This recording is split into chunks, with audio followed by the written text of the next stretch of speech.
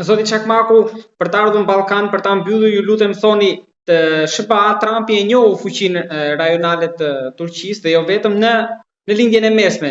Po a mund të jetë ndoshta momenti që t'ia dorëzojë edhe Ballkanin Turqisë? Po realisht e ka dorëzuar.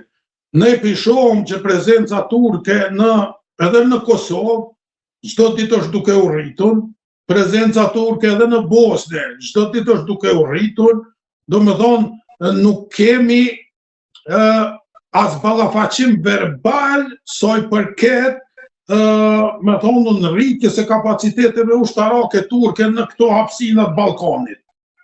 Kjo dëshmon që është në përputhshmëri të plot me doktrinën amerikane e cila gradualisht po don të tërheqet prej atij perceptimit të një polici ndërkombëtar. Ajo me konceptin e Donald Trumpit që Amerika së pari dëshiron që t'i kthehet Amerikës, këto konfliktet minore të cilat vetëm prodhojnë ngarkesë qoftë të personelit, qoftë financiar, edhe tërheqje vëmendje nga problematikat reale, Trumpi dëshiron t'i eliminojë. Ai e din saktësisht ku e ka kundërshtarin e vet, ajo është Kina, ai është i vetëdijshëm për kundërshtarin e vet, edhe këto pjesë tjera gradualisht ai nuk don t'i sheh si barë të vetën. Turqia ka dëshmuar që krijon stabilitet, prandaj e din fuqinë e Turqisë edhe prezenca e saj në Ballkan 500 vjeçare e dëshmon që di të funksionoj në këtë konstelacion etnik, kulturor, fetar, i cili ekziston në Ballkan, din ta menaxhoj, edhe për atë arsye ata e shohin si lojtarin kyç, i cili mund të jetë prezent në një lloj stabiliteti, krijimit të një lloj stabiliteti, i cili është i domosdoshëm në momentin që Amerika thotë unë po tërheqna edhe pikë kësaj pjese, po duhet të fokusohem tjetër kund. Shtetet tjera nuk e kanë këtë mundësi. Nuk e kanë mundësi as Franca, as Gjermania, as Anglia, as një shtet evropian nuk e ka mundësinë që të krijojë stabilitet në Ballkan përmes prezencës së vet. Po pse Turqia edhe mund krijohet stabiliteti pa ndryshuar hartën pra nga Turqia? Shiqo, në momentin që vjen Turqia, realisht harta e cila ekziston e hub validitetin në kuptimin administrativ, për shkak se ka mu imponu një qasje komplet tjetër. Edhe sikurse që nuk kanë ekzistuar në një periudhë të perandorisë osmane ato barierat kufitare, jam i bindur që edhe realisht ekziston një mentalitet i cili nuk është larg asaj që të pranoj një farforme eliminimin e barierave kufitare në mes të këtyre hapësirave. Ato të ekziston armiqësi detyrimisht do të ekzistojnë, për shkak se e kem një histori e cila me të vërtet nuk mund të harrohet. Edhe veçanërisht që fundit që është shumë e freskët, që kem shumë nona të cilat ende vajtojnë për fëmijët e vet, është e pamundur me thonën që të eliminohen armiqësi. Mirë po të krijohet një stabilitet politik ku nuk do të ketë pretendime si ka sot Serbia, e nëse për shkak se ne shohim që i vetmi element destabilizues në Ballkan është vetëm Serbia. Ajo ka pretendime në Kroaci, ka pretendime në Bosnë, ka pretendime në Maltëzi, ka pretendime në Kosovë, edhe ka pretendime në Maqedoni. Domethënë, kur e shiqan, elementi kryesor destabilizues në këto hapësira është Serbia. Në momentin që Serbia e kupton që veprimet e saj nuk mund të ndërmirën pa prodhu pasoja të mëdha për te, atë në mënyrë automatike ajo qetësohet. Ne kemi pas në fillimet e pas luftës, kur përfundoi lufta Kroacisë-Serbi, realisht pretendimet sërbe ishin shumë të mëdha. Mirë po duke u stabilizu Kroacia, duke kriju kapacitete ushtarake shumë të mëdha, Serbia nuk ka asnjë pretendim ndaj Kroacisë. Pretendimet e Serbisë ekzistojnë për momentin në Bosnjë, duke pretenduar që ka fuqi prap që mund të prodhoj diçka, mirë po gradualisht edhe aty është duke e kuptuar që fuqia e saj është shumë e redukuar. Një element për shembull, një general i Serbisë kur u prezantuan fuqia ushtarake serbe, tha ne kemi diku 1200-300 tankse, po nuk kem personel as për 100 tankse. Do me thonë, kapacitetet për prodhim të armatimit i ka pasur për shkak se i ka industrinë e armatimit goxha të zhvilluar, edhe gjitha teknologji që e ka posedu Jugoslavia realisht e ka tërheqë dhe ka vendosur në Serbi, mirë po, vullneti i serbëve që ta përjetojnë edhe një konflikt siç ka qenë ai në ish Jugosllavin, nuk janë të gatshëm. Ju lutem, më thoni diçka për librin tuaj për ta mbyllur bisedën në mënyrë më të mirë. Libri, faktikisht, unë pata pas dëshirë që ta analizoj Kosovën muslimane në një ambient të krishter dhe si o qasja e doktrinave të krishtera edhe hebreje ndaj një strukture ku në absolute është strukturë muslimane edhe si është qasja atyne.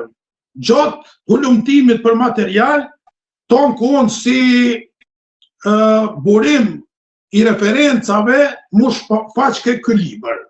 I këti autorit Kevin McDonald, Kultura e kritikës, edhe me tonë të drejtën unë shumicën e kohës e kam injorue, që mu do këtë që është i parancishëm për atë hulumtimin të cilën doja ta bëja. Edhe në një moment vendosa që ta lexoj. Edhe në momentin që kum fillu me lexu, e kum pa që imperativ intelektual i imi duhet të jetë përkthimi i këtij libri. Për shkak se nuk ka qenë i përkthyer në shqip, kum kontaktu me autorin e kum kërkue lejen që të kem mundësi ta përkthej, mu ka dhonën e drejta për me përkthy, faktikisht afërsisht një vjet e gjys gati ku më ka marrë kohë për me finalizue këtë vepër, edhe që 2 javë e ku më botue, edhe i cili jep qartësisht tendencat të cilat lobi cionist i ka pasun karshi ngjarjeve në nivel global. Ku e ka shfrytëzue, me thonën, hajt me thonë, edhe kapitalin e vetë, edhe intelektin e vetë, për me manipulu masën, për me kriju koncepte, kënëse të bazume në shkencë, e të cilat e imponojnë që ato doktrina, qofshin komuniste, qofshin liberale, qofshin gjithë çfarë do lloje qoftë, që të imponohen në kuptimin që është diçka që shkon në natyrshmëninë e njeriut. Edhe këto e kanë prodhue gjithë atë katrahur e shekullit 19-20, edhe në vazhdimsi tash kjo epokë, është në influencën e tyne, veçanërisht tash tendenca e tyne për imponimin e tyne koncepteve ultraliberale, si që është familja, të drejtat e kategorive të ndryshme, ata ju në shku ka koncepti që njeriu ose një strukturë shtetërore, monolite, ose një strukturë kombëtare, monolite, ja pa mundëson mbijetesën hebrejve. Edhe ata kanë kriju gjitha multikulturalizmin, multinacionalizmin, do me thonë, gjitha vlerat i kanë parcializu që krijon një ambient të përshtatshëm që ajo strukturë monolite të shpërbohet edhe të mos ketë stabilitet, edhe atëherë e krijon një ambient shumë të përshtatshëm për mbjetesën e hebrejve. Edhe kjo është imponu edhe në kohën e paranazizmit, për shkak se nëse e lexon këtë e kupton që ajo të cilën ne kemi mësuar në histori që Hitleri gjithë veprimtarinë e vet e ka bo për shkak se një oficer hebrej gjatë luftës së parë botërore e ka maltretu Hitlerin edhe ajo ka qenë shtytësi kryesor që e ka shty atë në zgjidhjen përfundimtare kinse të problemit të hebrejve, është komplet manipulim për shkak se sionizmi ka vepruar në atëre hapësinën gjermanofolse duke i shkatruar të gjitha vlerat të cilat i kanë pasur gjermanët, edhe i kanë shpall luftë Gjermanisë. Edhe ajo masanej gjithë elitën politike, kulturore, intelektuale, gjermane, e ka motivu që të kenë një qasje të tillë ndaj hebrejve. Prandaj, masi e kum lexu këto, mu kanë kujtu edhe disa intelektuale, disa rabin Izraelit, ose hebrej, të cilët kanë thonën që Holokausti është një lloj kundërpërgjigje ndaj qasjes sioniste të cilën e kanë pasur ajo elita politike e hebrejve në atë periudhë kohore, e që ka krijuar një raport të tillë.